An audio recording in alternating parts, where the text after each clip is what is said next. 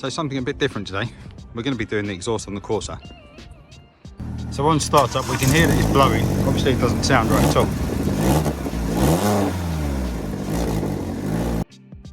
So what we're actually going to do today is not just the flexi section, but we're going to do the whole back box, everything, all the way from the cat all the way down.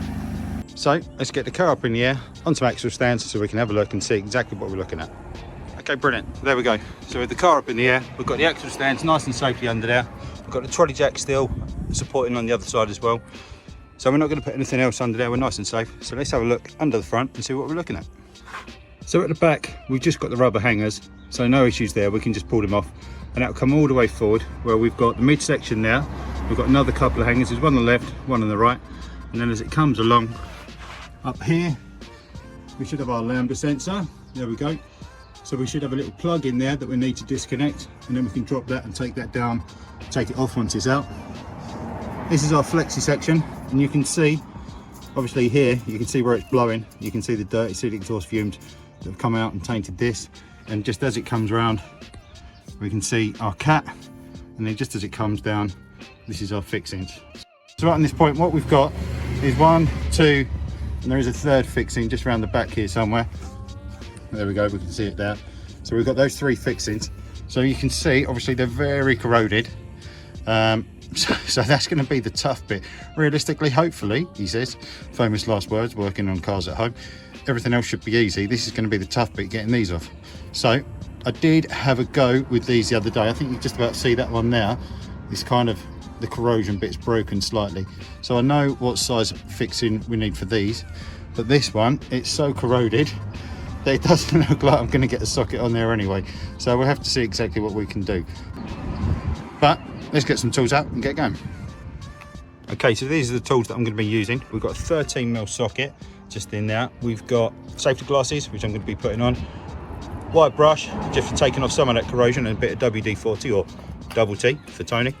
And a hammer and a flat-handed screwdriver in case we need to try and chisel them around a little bit.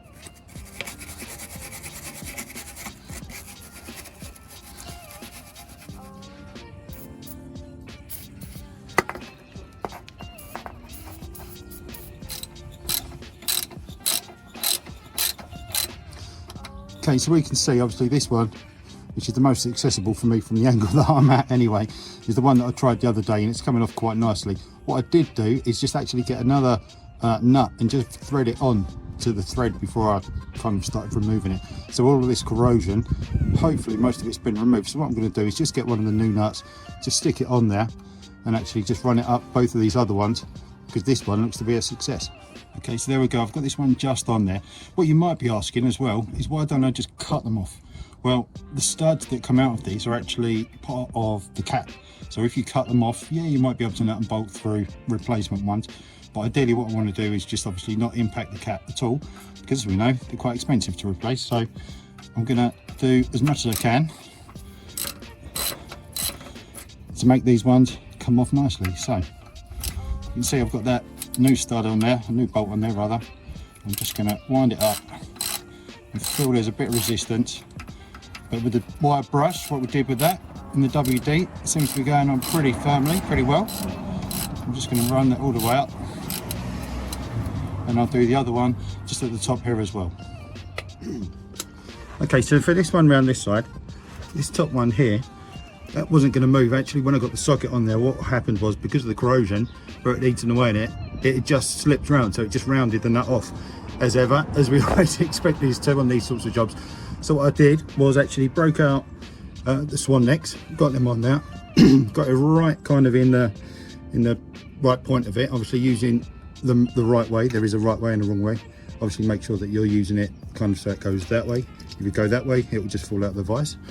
So I've got that on there, and that one's now moving, which is really good. And then this one, as we can probably see, is the worst out of all of them that we know. There's kind of pretty much nothing on there. I couldn't get that to move even with the swan necks, so I had to break out the big boys. So I managed to get the Steiners on there just about, got them on there, pinched in nicely. And what I think has actually happened, if I just move around, I think the nut is so corroded that what's actually happened is, yeah, look, the nut's actually just split. So I think I might be able to just continue working at that and just get that off. This one looks like it's going to come off now. This one around here we know is off already anyway. I'll get a bit of more WD-40 on there, and hopefully we should get these off. So I'll persevere and keep you updated.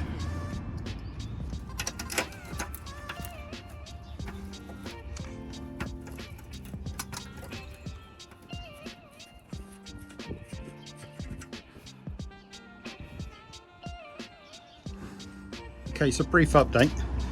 That top one's off, as we know. The other one around here, that's going to come off. This one is going absolutely nowhere at the moment. What I thought, where it looked like it had kind of come around and had sheared it off a little bit on the backside, you can see that there's just so much corrosion there. It's just come into itself, and it is all one big thing. So I'm contemplating just doing a little cut with an angle grinder, perhaps just down here, so that then I can get a chisel on there or something just to knock it round. But I'm going to persevere a little bit longer and see how we get on. So after a lot of trying, it's still not going anywhere. So I'm resorting to heat now. So I'm going to heat it right up. I'm going to get some of it off. The nut's kind of broken up, but I'm going to heat it right up, and then hopefully that should allow it to come away a bit better, because it's not going anywhere at the minute. Okay, brilliant. So finally, at long last, with a lot of heat. Ouch, it's hot, don't touch it. And then what I actually finally did in the end was just got the swan next book on there. It's now moving. So what I'm going to do is stop talking. There we go, we can see it moving now. The whole thing is loose. While it's still hot, while it's still got temperature in there, I'm going to get this off. And yeah, we can then look at actually pulling it down, disconnecting the Lambda sensor, like I say, up there, wherever the plug is. I think we can just see it there. And then dropping the whole exhaust. Okay, great. So with them now loose, let's have a look back up here where the Lambda sensor is. There we go. And then hopefully, you can see if I can point it out. There's a little clip just there that just kind of goes over a little clip, shall we say, and just release that out. And then, not that I can get my hand in there with the camera in there at the same time, but basically that just pulls off, and you can see that little nib there. It's kind of just like a little barb just there, and that, there we go, is what goes over that. So you just release that, and there we go, that's our Lambda sensor away. So now what we can do is just release our two rubbers, one here and one here. Okay, I'm hoping you can see what's going on. It's really difficult for me to get a decent camera angle, but basically I'm going to slide this rubber off this way and this one off that way, and that should then be the center piece of the exhaust off. There we go, that's that off. And now we've just got the one at the back, so let's go and do that. Okay, so here we are now down at the back end of the car. I said there was one, but there's actually two. So just following the exhaust pipe there underneath the rear axle. Got one up there, so I've put a bit of WD on that already, so I'll just slide that one off, and then coming right to the back of the car, here we go, bumper. We've just got one, last one, there it is, which again I put a bit of WD on. So I'll just get these slid off. That should be them two off, and then I'm hoping it should be a case of sliding it out. Well, let me get these rubbers off and I'll find out. Okay, fantastic. There we go. So this one's now, this one was literally a little bit more of a fight than I thought it was going to be. Obviously you've got the barb just on the end there. Put lots of WD on there, it was still a pain. So what I ended up actually doing was just getting the swan necks and just kind of squeezing it on the front of this bit here and just holding the back of it there, just so I pushed it through. A little wiggle and away it come. Right, so we're now, the exhaust is all free, all the way down. We can see the front bit has actually dropped already. So I'm not sure if I'm going to get it all off in one, because obviously it does go over the axle, but I'm going to give it a go, see if I can maneuver it out. Okay, brilliant. So there we go. So I managed to get it out. I did have to disconnect the back box from the centre pipe. After all, there's no way it was going to come out. Obviously that bit, the centre pipe, can just drop down easily, so we'll remove the rubbers from here because we're going to need them for the new one. The Lambda sensor we can get off in a second. Hopefully that won't be as much as a fight as the fixing on the front, should we say. And then strangely, actually getting this out was a little bit of a wiggle to get it around because of that going over the axle. It might be easier if it was up on a ramp in a shop or something like that with a suspension down with the rear axle, just creating a bit more just from one point to another point. So what I'm talking about is that gap there, between there and there. There's a little bit of a, you couldn't turn it around and twist it enough easily. By the time you're just twisting it, it was kind of fouling on the bumper, but away it is anyway. You can do it on your driveway. So that's the rubber for the back end of the back box, and the other end, there we go, that one's still on there, so I'm just going to leave it on there. They're all in good nick, all in good condition, so I don't need to replace them. So next thing's next, let's go and get that lambda sensor off. Great, so just as with everything else, what I've done is just sprayed a bit of WD on there. Hopefully that'll help it once it gets moving. And then this is a 22.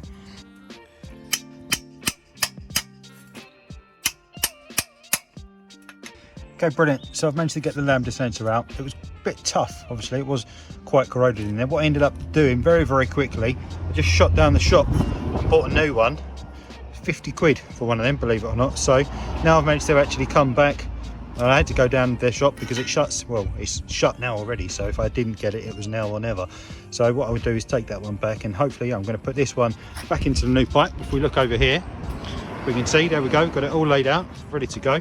There's our new flexi, so it's looking a whole lot nicer. There's our lambda sensor opening, so we can just screw this straight back into here.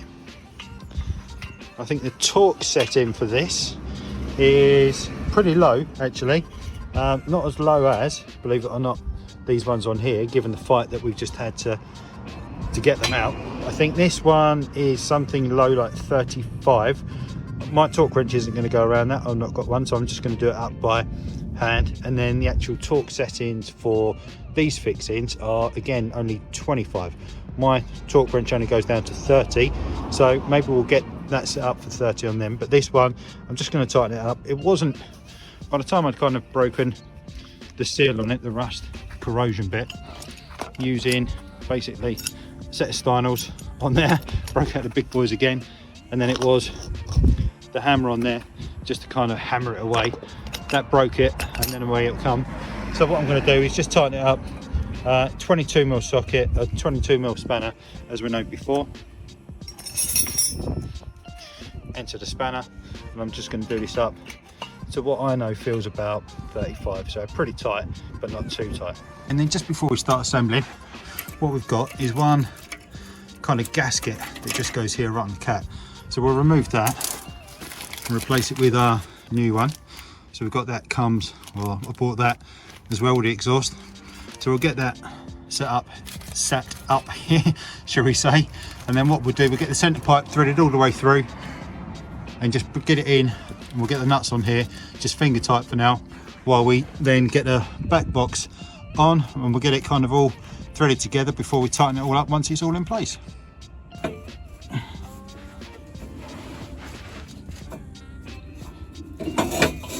There we go. Going to get a new gasket on, bring them up. There we go. We'll get these new nuts on just finger tight for the time being, and then we'll get the rubbers on, we'll get the back end done, and we should be in a much better fast.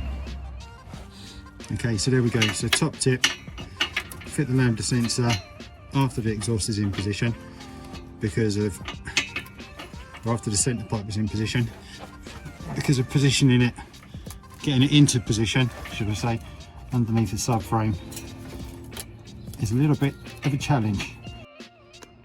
Okay, so just under here we can see, hopefully, I've got the back box in. All I've done is just put it up on that rubber there, and then over this side also up on that rubber there.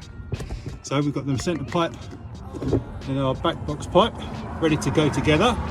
So that's why we're not tightening things up at any point yet, so that we can obviously get the clamp over the top first and then slide it in. So let's do that. Okay, so this is our new clamp. Just going to go over the back box end, and then our centre pipe needs to go in. Looking at how far it's going to go in, what I'd say I'm going to need to do first actually is just disconnect the rubbers on the back box, because there's probably, not that you can see it from here, a good, I don't know, maybe 50-60 mil, something like that, and there's nowhere that's going to flex. So I'll just disconnect those rubbers so that we've got a lot more play in this, and then we can put it back in. Okay, so there we go, top tip. So don't connect the rubbers up until we get this in. So I'm guessing once again it would be a whole lot easier if it was up on a ramp, but I'm going to use what I've got available to me, and today that's my foot. Just lifting up that back end. There we go. So now let's come into there. Hopefully you can see all right. I need to make sure that I do get far enough in that we close up all these holes. So it's going to be a little bit of wiggly jiggly because I've not got a ramp. There we go. In actual fact, there we go, look at that, it's gone right in. Really lovely and far, that's perfect. So what I think I'll do now, I'll just get all the hangers back on properly, because in case we need to bring that back out at all. And then yeah, then we can tighten some bits and pieces up.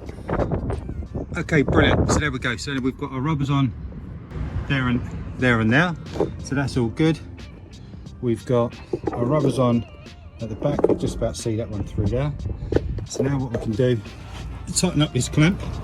What I'd like to do is try and tighten it up so it's kind of up and out of the way, so that these studs aren't hanging down too low. So if I can somehow work out the best way to do it like this, that would be ideal. That's why I wanted to try and get it back on with everything in place. But what I might do is just, obviously, if I tighten up the far one first and then loosen off this one, I'll still be able to get a socket on this one. This is the method in my madness. There we go. So now I should be able to get a socket on there, tighten that, and that'll clamp it in. Fingers crossed anyway. Okay, as I'm sure many of you said, there's no way you're going to get a socket in there. So obviously I've got a spanner. So I'll tighten that up somewhat. And we get our 13mm spanner in here. And get this nicely tightened. Okay, great. So that's lovely and tight. I've even managed to get the spanner up on the top one as well, just to give that a pinch. But now that's nice and flush, there's nothing hanging down. Okay, fantastic. So then back up at this end, you can see I've got the nuts on. They're actually brass nuts. Apparently they deal better with the high temperatures. So just like the central heating system, where it's all done in brass pipe or copper pipe, whatever you want to call it. I guess it is copper pipe, maybe they're copper, who knows. But yeah, they're actually BMW parts. One of the most difficult pieces of information to find on the internet, right, is what size is the thread off of this cat. Because I've looked and looked and looked, and there's nothing that tells me what size they were. So it took, for ordering these new nuts, it was a real challenge, but I ended up finding that. And top piece of information, give me a thumbs up for this one if you will, please. Really love one.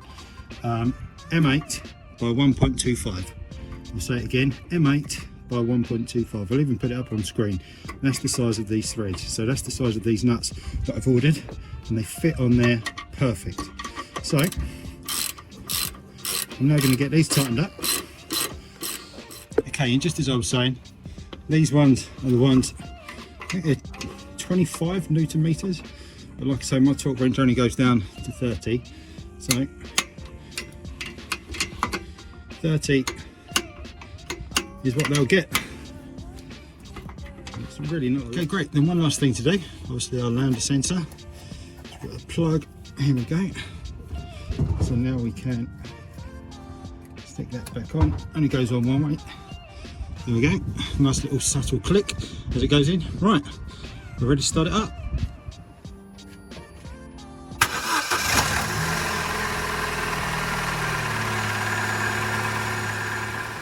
I'll tell you what, that sounds so much better. I'm so happy with that. We just give a little, no issues at all. That sounds great. I'm so pleased with that. Right, okay, let's get it down on the ground. Okay, great. So one successful test drive later. That's all good. No issues, no error messages or anything like that from the Lambda sensor. So we're all good. So if you found that useful, if you're taking anything away from it, particularly about those nut sizes, then please do remember to give us a like down below. Remember to hit subscribe coming up here again now as well. And yeah, thanks very much for watching. Really do appreciate you taking the time, and I'll see you in the next one. Cheers.